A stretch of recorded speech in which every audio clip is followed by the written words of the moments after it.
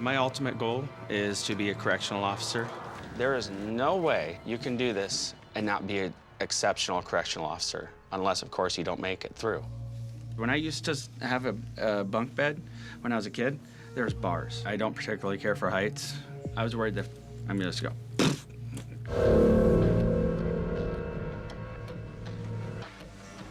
I really appreciate that. Trying to find my A guy who was bunking with me, his name was Eric.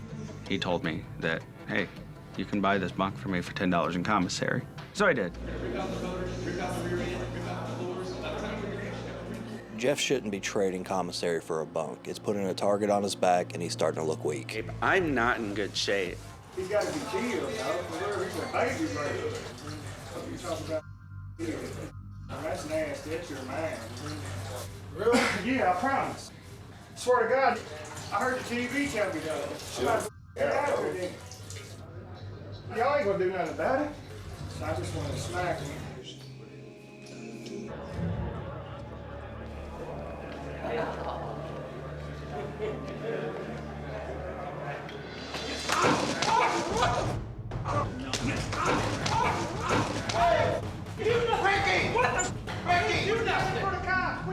I didn't do nothing. All I was doing was talking to him, dude. He said the TV told me he was a child molester the other day. That I was? That's what he said. Okay. I swear to God, that's what he said when he was in here. You want to talk to us for a minute? Right here, or what? No, we were going to pull you out. That's all right. I suppose. So, how are you feeling? I don't feel safe in there anymore.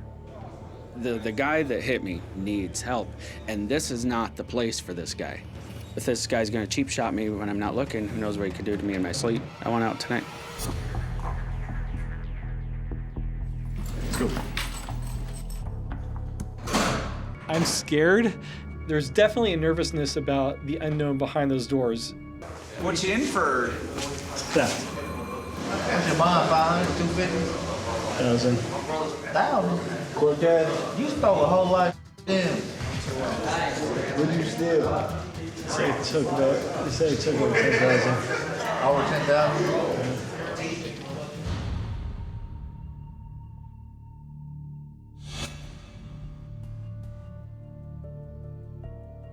What are you in here for? Attempted murder. Most of the guys in pod are basically there for drug-related crimes, but Daffron is there because he tried to kill somebody. He sends off the vibe of someone who would just kill you and not think twice about it. Hey, Ryan.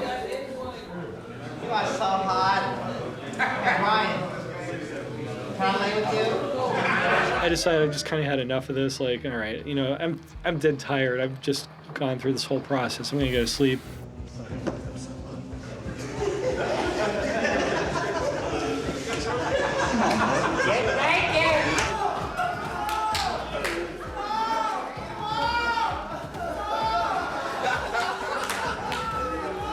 Your beard is so cute. I'm gonna get them shoes when we sleep. My biggest concern is that it's going to escalate into violence. Daffron is a dangerous person. There's no genuine, specific reason, but the guy has it out for me. It's not worth it. I can't do anything that would compromise my ability to take care of my kids. Ryan. Hey, Ryan. This one you drown. I'm not with you.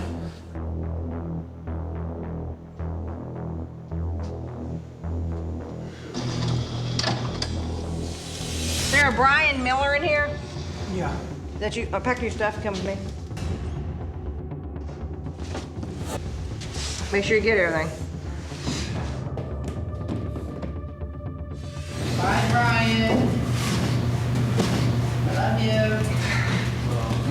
you. You know, sometimes circumstances arise where you have to just think about the big picture.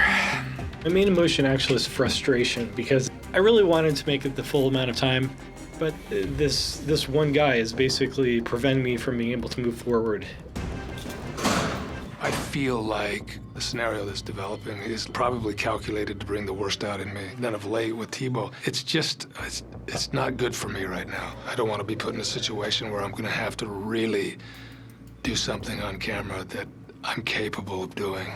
That if I get in a fight in there, my son will become a target because they know that he's my son. And I promise you that will happen. We were all sitting on the E on grub time, and I sat down, Matt sat down, and there was a bag of cloth there, so I put it on the floor. Tebow's friend accused me of throwing his clothing on the floor.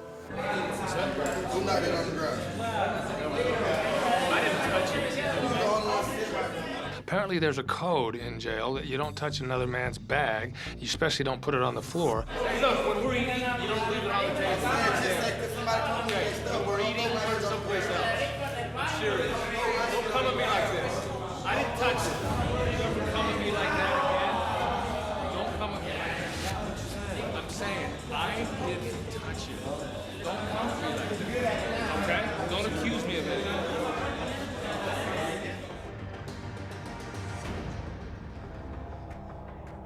He goes and he snitches on me to Tebow. And then he talked to someone, whomever, through the door. My son's next door. So I'm worried about my son.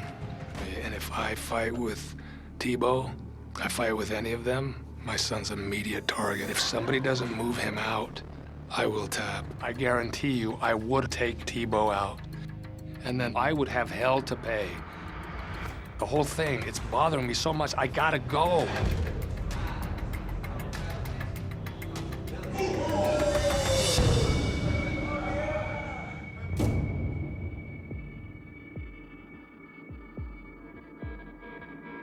Being in that pod any longer becomes, I think, a mortal threat to my son, given the tendency to violence. So I'm falling on my sword. Are you ready to say goodbye? Saying goodbye to him, that will be the most devastating moment of my life. And it will be. My whole life.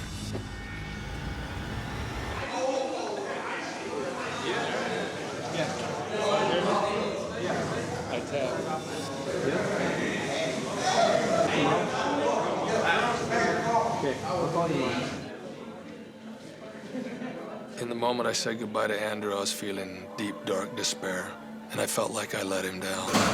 I really need somebody to lean on. Past seasons, I see these girls build each other up and empower each other, and that's what I was looking for with Stephanie. Even between me and Jackie, I'm in it by myself.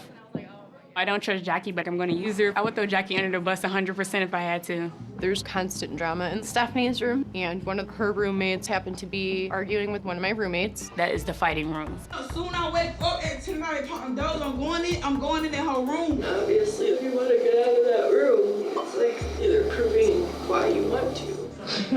See the bitch over step.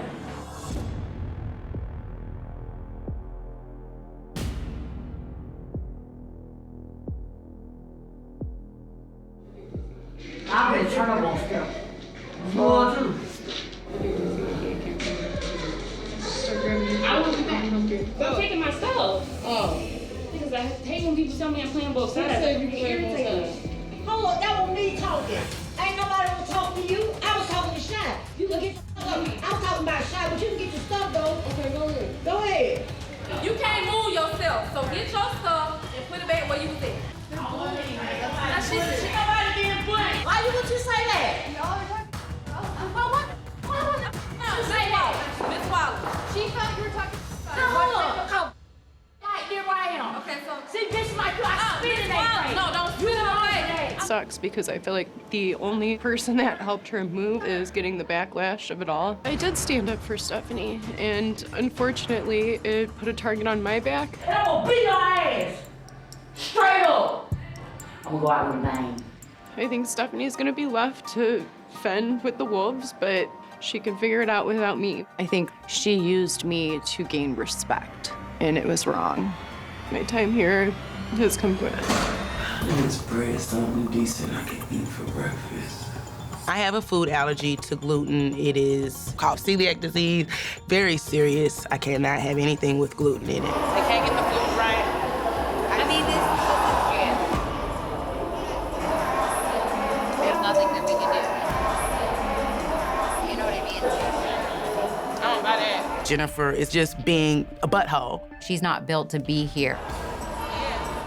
Jennifer, you don't know what I've been through. You don't know what this disease has done to me. So go kick rocks with Jesus sandals and say probably you. Shanice needs to go home. When I get to the point of, I call it my level of pistivity that I'm at now, I black out and I can't control what I say. I have some issues with another participant and that's doing this with me. Who are you talking about? Jen. So what did Jennifer do exactly? We were talking about, she was like, how are you doing? And I was like, They can't get the food right.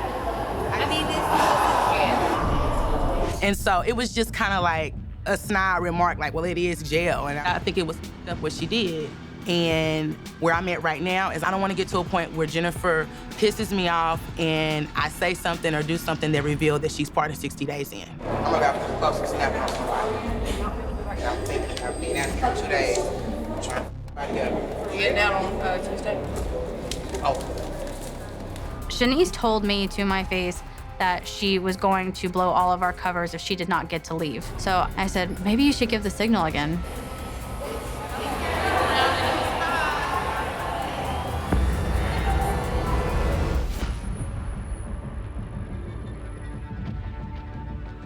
How you doing? Ready to go home. That's how I'm doing. You want out? It's not worth it. It's not worth it. I'm done.